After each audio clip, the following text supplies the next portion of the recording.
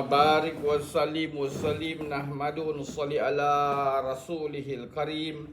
Amma ba'. Sayyidina Abdullah bin Mas'ud radhiyallahu an berkata, Rasulullah SAW bersabda, aku telah berjumpa dengan Nabi Ibrahim AS pada malam Isra Miraj. Baginda AS berkata, wahai Muhammad, sampaikan salamku kepada umatmu. Beritahu kepada mereka, sesungguhnya tanah syurga amat subur, baik airnya, tanahnya lapang dan tanamannya ialah subhanallah walhamdulillah wala ilaha illallah wallahu akbar. Sebanyak mana seorang ingin menanam pokok di syurga, dia boleh lakukan dengan memperbanyakkan bacaan kalimah tersebut. Dan satu hadis yang lain, pada akhir kalimah tersebut terdapat penambahan la hawla wala quwata illa billah. Disebutkan dalam satu hadis yang diriwayatkan kepada Sayyidina Abdullah bin Abbas radhiyallahu anhuma, bahawa sesiapa yang baca subhanallah walhamdulillah wala ilaha illallah wallahu akbar akan ditanam baginya satu pokok di syurga sebagai ganjaran bagi setiap kalimah tersebut. Dalam sebuah hadis lain yang diriwayatkan oleh Sayyidina Jabir radhiyallahu an, bahawa sesiapa yang baca subhanallah al-azim wa bihamdihi, maka akan ditanam baginya sepohon kurma di dalam syurga tersebut. Dan sebuah hadis yang lain bahawa Rasulullah SAW lalu di satu tempat dan melihat Sayyidina Abu Hurairah radhiyallahu an sedang menanam pokok. Baginda sallallahu alaihi wasallam bertanya, apakah yang sedang kamu lakukan? Beliau menjawab, saya sedang menanam pokok. Baginda SAW bersabda, mahukah aku beritahu pokok yang lebih baik yang patut ditanam, iaitu subhanallah walhamdulillah wala ilaha illallah wallahu akbar. Ganjaran bagi setiap kalimah itu akan tumbuh satu pokok di syurga. Hadis riwayat Tirmizi, Nasai dan lain-lain. Sayyidina Abdullah bin Mas'ud radhiyallahu an berkata, Rasulullah SAW bersabda, aku telah berjumpa dengan Nabi Ibrahim AS pada malam Isra Miraj.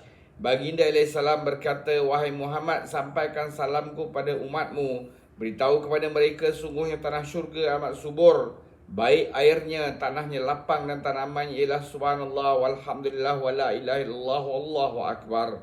Sebanyak mana seorang ingin menanam pokok di syurga, dia boleh lakukan dengan memperbanyakkan bacaan kalimah tersebut. Dan satu hadis yang lain, pada akhir kalimah tersebut terdapat penambahan la hawla wala quwata illa billah. Disebutkan dalam satu hadis yang diriwayatkan daripada Sayyidina Abdullah bin Abbas radhiyallahu anhuma, bahawa sesiapa yang baca subhanallah walhamdulillah wala ilaha illallah wallahu akbar akan ditanam baginya satu pokok di syurga sebagai ganjaran bagi setiap kalimah tersebut.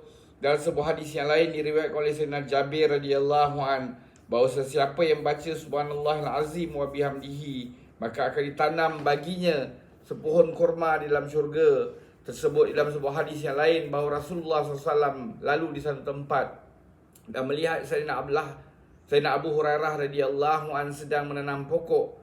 Baginda sallallahu alaihi wasallam bertanya, apa yang sedang kamu lakukan? Beliau menjawab, saya sedang menanam pokok. Baginda sallallahu alaihi wasallam bersabda, mahukah aku beritahu pokok yang lebih baik yang patut ditanam, iaitu subhanallah walhamdulillah wala ilaha illallah wallahu akbar.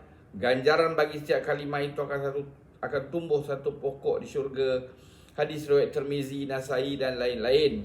Nabi Ibrahim AS telah menyampaikan salam kepada umat ini melalui Nabi Muhammad sallallahu alaihi wasallam. Oleh kerana itu, para ulama menulis bahawa sesiapa yang sampai kepadanya hadis ini, hendaklah dia menjawab salam Nabi Ibrahim AS dengan membaca Waalaikumsalam warahmatullahi wabarakatuh. Selepas itu Baginda Ibrahim AS memberitahu bahawa tanah syurga subur dan airnya segar dan sedap. Sabdaan Baginda AS tersebut mempunyai dua maksud. Maksud pertama hanya untuk menerangkan keadaan tempat tersebut bahawa ialah tempat yang baik. Ada beberapa hadis menerangkan bahawa tanah syurga tersebut dicipta pada kasturi dan zafaran dan airnya sangat lazat. Setiap orang suka untuk membina tempat tinggal di tempat seperti itu.